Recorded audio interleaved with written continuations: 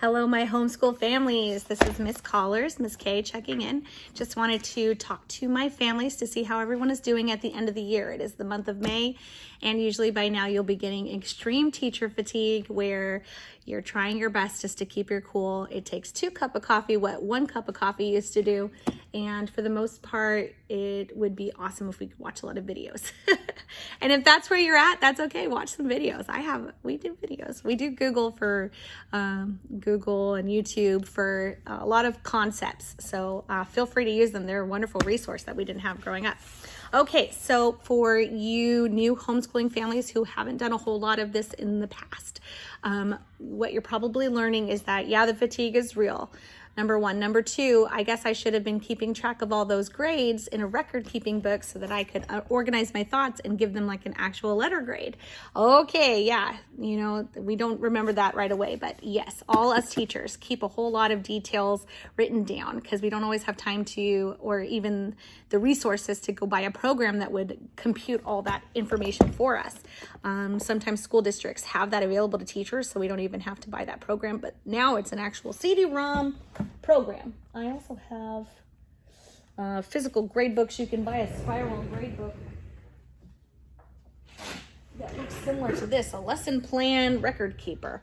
I think I bought this thing for 50 cents, and I bought a couple of them to have them, and it would help you organize your day, organize what happened that day, remember what you did and didn't do in lessons, and then as a teacher, if you have more than one kid, I record like if anything else weird happened that day or anything I need to remember or I didn't get it accomplished.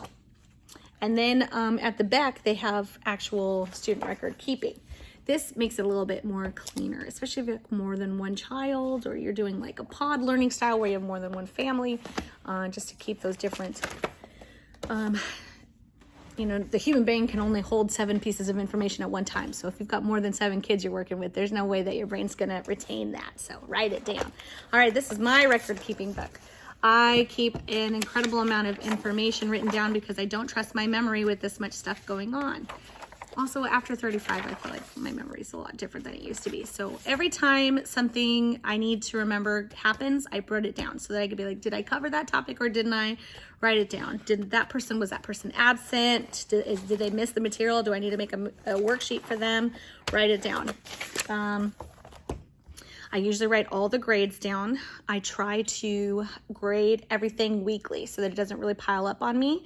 When I grade, I organize it by category. So like in my little organizer, I say, okay, I'm going to grade spelling first, and then I'll grade math second, every subject that we've set out to accomplish.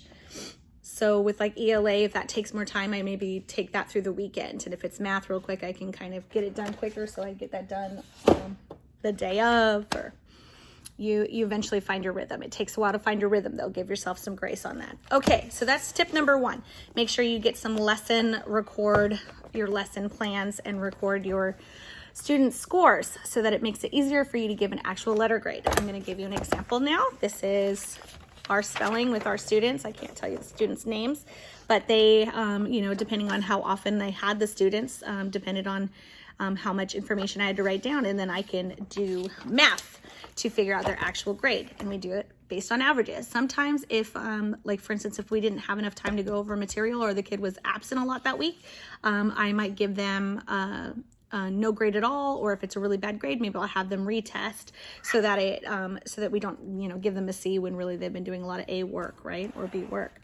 All right, so I looked up online like regular letter grades, how to get the GPA information. If you remember growing up, A's, B's, C's, D's, and then I wrote my little cheat sheet and I stuck it in the front so that I didn't have to remember it all the time or Google it all the time.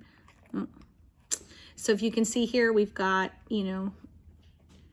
the percentages mixed with the grade point average, mixed with the actual letter grade. Kids understand this better. So if I put an A or B minus, they know what that means versus if I do a 3.0 or 3.2 or something like that. So I would just Google how to get the grade if you can't remember that kind of math.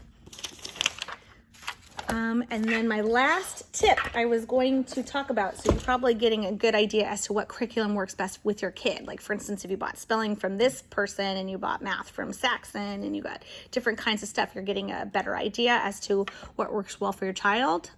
I will make a separate video on curriculum. Have a great rest of your day. Let me know if you have any questions.